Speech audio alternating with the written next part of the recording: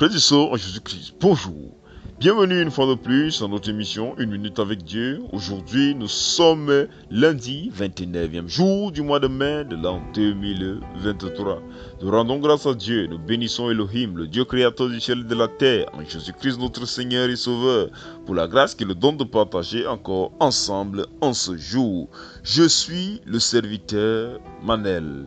Et mon bien-aimé, en cette première journée de cette semaine, je voudrais qu'ensemble, nous prenions conscience du salut. Car la Bible nous dit, dans le livre de Jean, le chapitre 3, le verset 16, que Dieu a tant aimé le monde, qu'il a donné son Fils unique, afin que quiconque croit en lui ne périsse point, mais ait la vie éternelle. Ce verset nous montre quelle est l'importance que Dieu accorde au salut. Il aime le salut, il veut que nous soyons sauvés, au point où il a donné son Fils unique, afin que quiconque croit en lui. La Bible nous fait comprendre qu'il ne sert à rien à un homme de gagner le monde s'il venait à perdre son âme. Je voudrais que tu le saches et que tu débutes cette semaine avec ces consciences-là, qu'il n'y a rien de plus important dans ta vie que le salut de ton âme. Et en ce qui concerne le salut de ton âme, la Bible nous fait comprendre qu'il y aura un jour,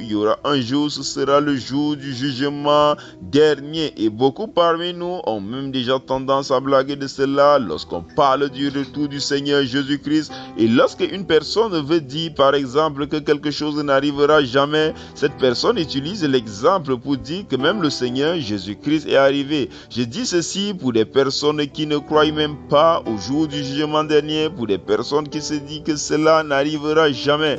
Mon bien-aimé, je voudrais qu'ensemble nous lisons la Bible dans le livre de Matthieu, le chapitre 25, à partir du verset 35 jusqu'au verset 51. La Bible nous montre ici comment ce jour arrivera. La Bible nous fait comprendre que ce jour arrivera de manière semblable au jour du déluge, au temps de Noé. La Bible nous fait comprendre qu'il n'y aura rien d'extraordinaire qui va se passer en ce jour pour annoncer ce jour, pour annoncer le jugement. La Bible nous fait comprendre que ce jour, les hommes vont continuer à se marier, les hommes vont continuer à faire des problèmes, les hommes vont continuer à être comme ils sont heureux. Il y aura des personnes qui seront couchées, il y aura des personnes qui seront éveillées. En quelque sorte, ce sera un jour qui semblera normal comme tous les autres. Alors mon bien-aimé, il faut que tu vives en sachant cela, que ça peut être n'importe quand. Il ne croit pas qu'il y aura quelque chose de particulier. Ça peut être aujourd'hui comme ça peut être demain, mais la question que tu dois te poser au fond de toi, c'est que est-ce que si c'est aujourd'hui, je serai sauvé?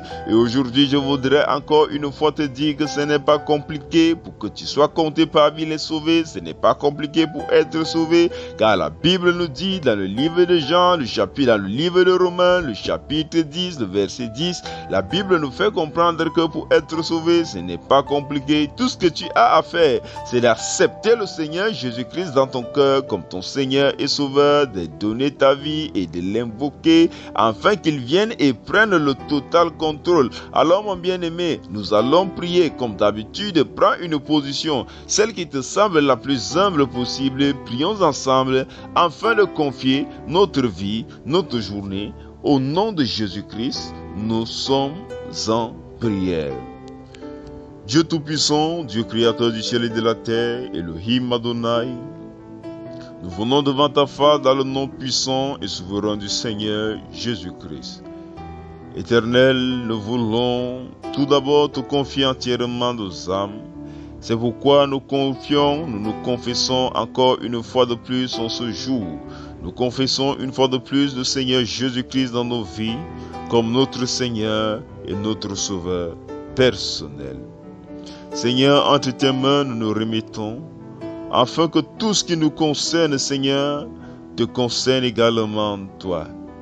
Nous n'avons pas suffisamment de sagesse, nous n'avons pas suffisamment d'intelligence pour marcher dans ta volonté, dans tes voies saintes.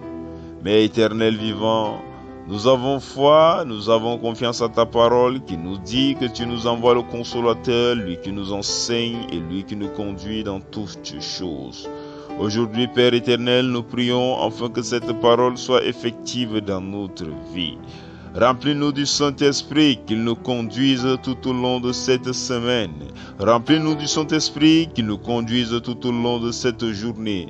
Éternel vivant, éternel puissant, nous prions afin que tu ravives la flamme en nous, la flamme d'agir comme des personnes ayant reçu ce Saint-Esprit, comme des enfants de Dieu.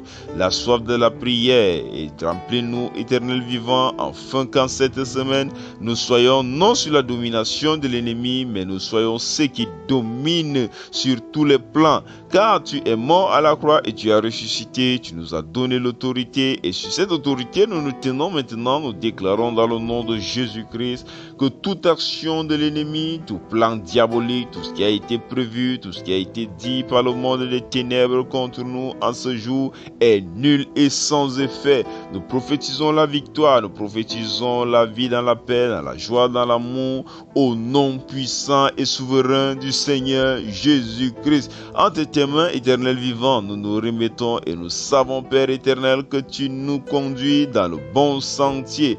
Père, nous voulons également prier et nous prions, Père, pour l'Église tout entière. Seigneur, nous prions afin que toi qui es le Dieu qui pourvoit, tu pourvois, Seigneur, à toutes les assemblées, que tu pourvois, Père éternel, des hommes qui enseignent la vérité, des hommes qui ont l'amour et qui cherchent la vérité. Éternel, nous prions également pour toutes ces personnes qui sont malades, pour toutes ces personnes qui sont dans les zones de guerre, pour tous ces affligés, pour toutes ces personnes, pour tous ces prisonniers, pour tous ces veuves, ces orphelins. Seigneur, nous prions afin que toi qui es Dieu de bonté sans limite, tu étendes encore une fois de plus ta main de bonté, ta main de grâce, et que tu te souviennes de chacune de ces personnes en fonction, Père éternel, qu'il est bon pour eux. Sois béni Dieu très haut, sois béni Dieu vivant, sois béni Dieu d'amour. C'est dans le nom puissant et souverain du Seigneur Jésus-Christ que nous avons prié. Amen. Nous sommes arrivés à la deuxième partie de nos émissions et comme vous le savez, nous sommes en train de partager ensemble sur le livre d'Éphésiens et je voudrais encore préciser quelque chose. Lorsque nous partageons sur le livre d'Éphésiens, sur un livre, il n'est pas possible pour nous de lire les chapitres tout entiers, de lire le livre tout entier, mais nous lisons certains chapitres, nous lisons les chapitres et nous lisons certains versets selon que nous inspire l'Esprit de Dieu. Mais toi, tout ce que tu dois faire, c'est de prendre du temps, c'est de trouver du temps et de lire la Bible, c'est de lire les livres tout entiers. De cette manière, tu seras plus enseigné. De cette manière, tu comprendras plus. Et aujourd'hui, je voudrais que nous continuions à partager sur le livre d'Éphésiens, le chapitre 5. Je voudrais que tu prennes du temps et que tu lises du verset 22 au verset 33. Mais moi, je vais lire quelques versets pour que nous puissions partager sur tout ce point. Il est écrit au verset 22. Femmes, soyez soumis à vos maris comme au Seigneur. Et le verset 25 dit, maris, aimez vos femmes comme Christ a aimé l'Église et s'est livré lui-même pour elle. Au verset 31, il est écrit, c'est pourquoi l'homme quittera son père et sa mère et s'attachera à sa femme et les deux deviendront une seule chair. Et le verset 33 dit, du reste, que chacun de vous aime sa femme comme lui-même et que sa femme respecte son mari. Mon bien-aimé, si tu lis cette partie, tu comprendras que la Bible nous parle du mariage. La Bible nous parle de la relation qu'il doit avoir entre un homme et sa femme. Car l'Éternel vivant, le Dieu créateur, depuis la création du monde, a mis beaucoup d'importance dans le mariage. Et la Bible parle ici à chacune des personnes dans un couple. Lorsque tu vas lire là-bas, tu vas comprendre que chacune des personnes dans un couple a sa part à faire. On parle de la part de la femme et on parle de la part de l'homme. En tant que chrétien, tu dois être une personne exemplaire dans ton couple. La Bible à aucun moment nous montre ici qu'il faut être des personnes qui revendiquent, des personnes qui vivent la guerre, des personnes qui vivent en voulant montrer une certaine domination. Mais la Bible nous dit tout au contraire ici que nous devons être tous des chercheurs de paix dans nos foyers. Pour la femme, la Bible t'invite à être une femme soumise, à être une femme qui comprend que l'homme est le chef dans une maison, que l'homme est celui que Dieu a mis comme chef dans une maison. Et la Bible invite l'homme à être non un dominateur, non celui qui appuie, non celui qui oppresse sa femme, femme et comprendre qu'il doit également comprendre que sa femme héritera le royaume comme lui, donc aux yeux de Dieu, ils sont égaux. Nous allons partager sur cela de manière plus approfondie à partir de demain. Nous allons parler du mariage tout au long de cette semaine. Que Dieu vous bénisse abondamment. Nous voulons également remercier tous ces frères et sœurs qui prient pour nous. Continuez de prier pour nous. C'est grâce à vos prières que nous pouvons avancer. N'oubliez pas, vous pouvez également nous contacter si vous voulez donner votre vie à Christ. Si vous avez un témoignage ou pour toute autre chose, au plus 237 696 44 12 73. Soyez bénis. Shalom, shalom.